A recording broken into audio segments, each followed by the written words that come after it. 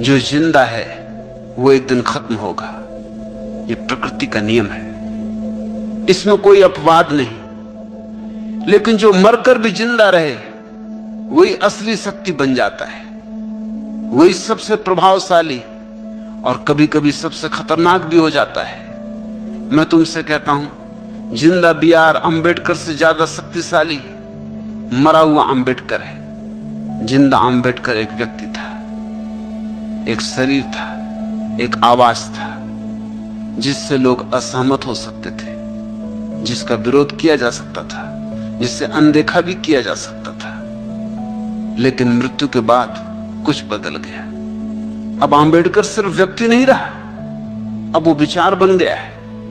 और जब कोई व्यक्ति विचार बन जाता है तब उसे खत्म करना असंभव हो जाता है, क्योंकि व्यक्ति को मारा जा सकता है लेकिन विचार को नहीं। आज अंबेडकर किसी एक जाति, किसी एक वर्ग या किसी एक समुदाय तक सीमित नहीं, वो हर उस मनुष्य में जीवित है जो अपने अधिकार की बात करता है, जो बराबरी की बात करता है, जो अन्याय के सामने झुकने से इनकार करता है। यही असली अमरता है। और समझो ये अमरता कैसे आई। जब अंबेडकर ने भारत के संविधान को आकार दिया तब उन्होंने सिर्फ एक किताब नहीं लिखी, उन्होंने एक चेतना को जन्म दिया। अब वो चेतना कागज पर नहीं है, अब वो लोगों की सांसों में है।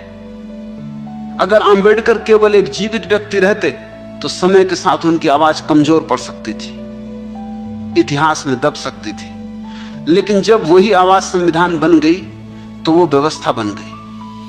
और व्यवस्था को मिटाना व्यक्ति को मिटाने से कहीं ज्यादा कठिन होता है। सोचो, अगर अंबेडकर न होते तो क्या भारत सच में लोकतंत्र बन पाता? हो सकता है एक संविधान फिर भी बनता, लेकिन वो केवल शब्दों का ढांचा होता, उसमें आत्मा नहीं होती, उसमें वो पीड़ा नहीं होती जो सदियों के अन्याय से जन्मी थी, उसमें वो जिद नहीं होती जो हर इंसान को बराबरी देने के लिए जरूरी थी। और तब लोकतंत्र सिर्फ नाम का रह जाता, जैसे कई जगहों पर होता है जहां अधिकार किताबों में होते हैं लेकिन जमीन पर नहीं। अंबेडकर ने इस खतरे को समझा था, इसलिए उन्होंने सिर्फ कानून नहीं बनाए, उन्होंने इंसान को केंद्र में रखा। और खासकर उन्होंने उन लोगों को आवाज दी जिनकी आवाज सदियों से दबाई गई थी, महिलाएं, दलित, वंचित। हिंदू कोड बिल के माध्यम से उन्होंने महिलाओं को अधिकार देने की नींव रखी।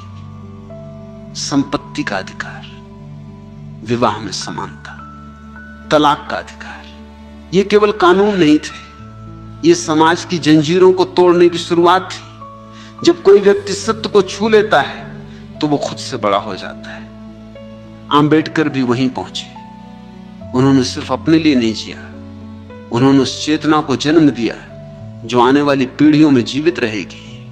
इसलिए याद रखना, व्यक्ति मरता है लेकिन विचार अगर सच पर आधारित हो तो वो कभी नहीं मरता। और वही विचार समय के साथ समाज की दिशा तय करता है। यह हर उस महिला के लिए था जिसे सदियों से परंपराओं के नाम पर सीमित किया गया। वो केवल किसी एक वर्ग की कहानी नहीं थी, यह हर घर की कहानी थी। ब्राह्मण महिला हो या किसी और जाति की, बंधन सबके लिए थे।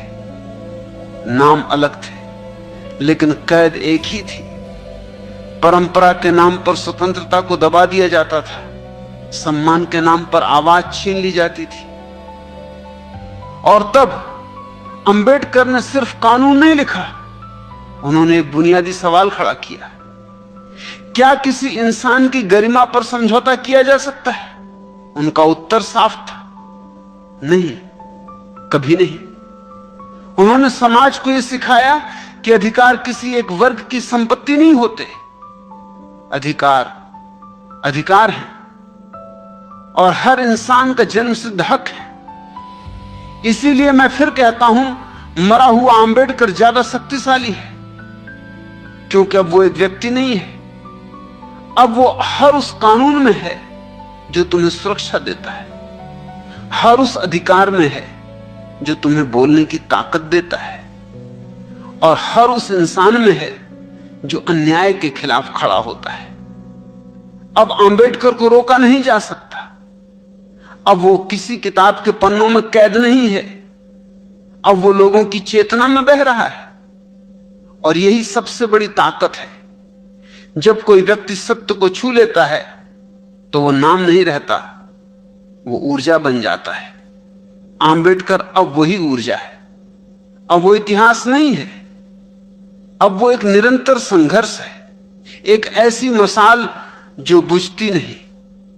वो हर उस दिल में धड़कती है जिसने झुकना छोड़ दिया है, जो सिर उठाकर जीना सीख गया है। और एक बात जिसे लोग अक्सर समझ नहीं पाते, भारत की असली ताकत क्या है? न सेना, न जनसंख्या।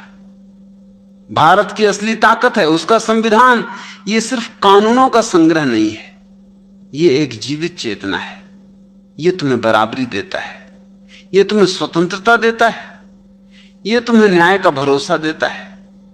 और यही कारण है कि भारत आज भी खड़ा है, क्योंकि इसकी नींव सत्ता पर नहीं, सिद्धांत पर टिकी है। और उस सिद्धांत की आत्मा में आज भी आंबेडकर जीवित है।